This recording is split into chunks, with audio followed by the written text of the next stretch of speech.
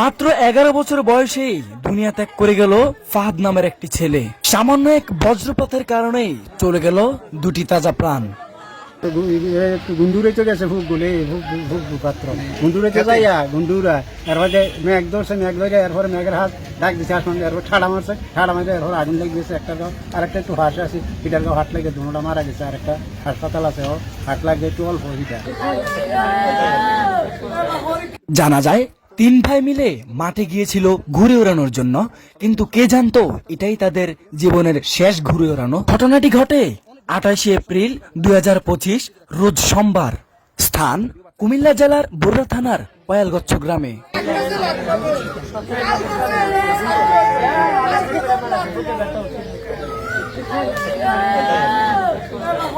সামান্য এক বজ্রপাতের কারণেই চলে গেল দুটি তাজা তাজা প্রাণ। 11 বছরের দুটি সাধনা যেন নিমিষের মধ্যেই শেষ হয়ে গেল। মায়ের কান্না এবং বোনের কান্নার শব্দে যেন পুরো এলাকাটা নিস্তব্ধ হয়ে গেছে।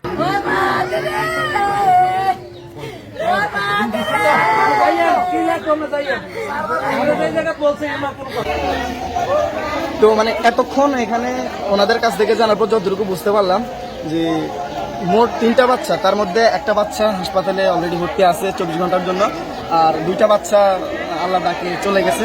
তো এখানে আমাদের বরুড়া থানার টিউনো স্যার আসছেন, উনি আসার পর এখানে বাচ্চাটাকে দেখছেন এবং যেই বাচ্চাটা হাসপাতালে ভর্তি আছে তো তার জন্য বরুড়া থানা থেকে ওনার পক্ষ থেকে 20,000 টাকা দেওয়ার একটা কথা বলছেন আর কি। আমার নাম মোসাম্মদ আমিনা বেগম, আমি 3 নং উত্তর পূর্বাসী ইউনিয়নের মেম্বার। আমার যে ইউনিয়নের যে ঘটনাটা ঘটছে বজ্রপাতে, এখন আমরা শুনে আসছি। আয়সা আমাদের ইউনিয়ন পরিষদে যাই আমরা দরখাস্ত করেছি, দরখাস্ত করার পরে ইউনিয়ন বরাবর আসছে।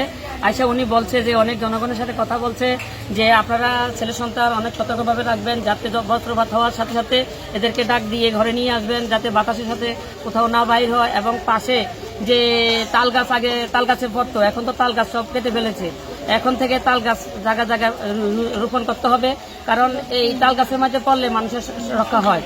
কারণ এই রক্ষাটা তো আমরা কেউ করতে পারি না। এখন যেহেতু উনি চলে গেছে, বিদায় হয়ে গেছে, ওনার পাশে এসে আমরা সান্ত্বনামূলক দিতে পারি, কিন্তু তাকে কোনো জীবনে আর ফিরিয়ে আনতে পারবো না। এবং কিছুদিন আগে ওনার বাবা 70 সালে মারা গেছে এবং মা এবং একটা মেয়ে নিয়ে এখানে দিনাতিপাত করতেছে। এই অবস্থায় এখন ছেলেরা দিকে ছায়া আসছিল এতদিন, এখন মা অনেক পাগল হয়ে গেছে। পাগল অবস্থায় এখন আমরা সান্ত্বনা দেওয়ার মাঝে বলা গেছে যে 2টা ছেলে মারা গেছে, একজন নানার বাড়িতে এসে মারা গেছে, ওটাকে পিওর নিয়ে গেছে এবং ওনার জন্য কিছু টাকাও সারে দিয়ে গেছে।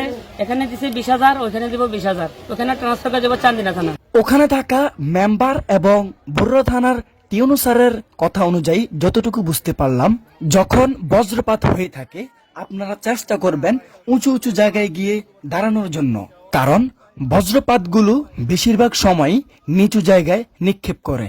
আরো জানানো হয়েছে নিজ নিজ দায়িত্বে যে যত বেশি পারেন তাল গাছ লাগানোর চেষ্টা করবেন, কারণ এই তাল গাছ থাকার কারণেই মানুষ বিভিন্ন ধরনের বজ্রপাত থেকে রক্ষা পেতে পারে। গুন্ডুরে তো গেছে ফুকগুলি পাত্র গুন্ডুরে তো যাইয়া গুন্ডুরা এরপরে মেঘ ধরছে, মেঘ ধরে এরপরে মেঘের হাত ডাক দিচ্ছে আসমান, এরপর ঠাড়া মারছে, ঠাড়া মারছে এরপর আগুন লেগে গেছে। একটা গাও আর একটা একটু হাসে আছে, এটার গাও হাট লাগে, দুটা মারা গেছে। আর একটা হাসপাতাল আছে, হাট লাগে একটু অল্প হিটা। শুধু যে 2টি বাচ্চাই নিহত হয়েছে এমন না, বাচ্চা দুটোর পাশাপাশি আরো ছোট একটি বাচ্চা ছিল এবং বজ্রপাতের যেই তাপমাত্রা, ওই তাপমাত্রা এবং শব্দের কারণে সাথে থাকা ওই বাচ্চাটিও আহত হয় এবং দেরি না করে তাকে সাথে সাথেই ওখানকার একটি হাসপাতালে ভর্তি করানো হয়।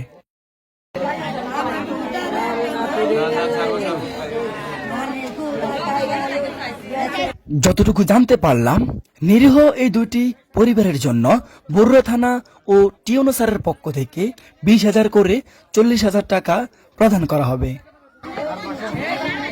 যাই হোক, শেষ কথা এতটুকুই, আপনাদের যাদের ছোট বয়সী বাচ্চা আছে আপনারা আপনাদের বাচ্চাদেরকে সতর্কভাবে রাখবেন এবং নিজের সেফটি দিয়ে রাখবেন, কারণ বিপদ কখন আসে বলা যায় না, ঠিক আছে। আর যখন বজ্রপাত হবে, বিভিন্ন ধরনের গর্জন দিবে, আপনারা অবশ্যই সেফটিভাবে থাকবেন আর বিভিন্ন খালি মাঠে আপনারা কখনোই যাবেন না, ঠিক আছে। এতটুকু পর্যন্তই। আর যারা ভিডিওটা দেখছেন সম্পূর্ণ অসংখ্য ধন্যবাদ। আর সবাই ভিডিওটা শেয়ার করে দিবেন যেন অন্যরাও দেখে সতর্ক হতে পারে। তো আজকে এতটুকু পর্যন্তই, আল্লাহ হাফিজ।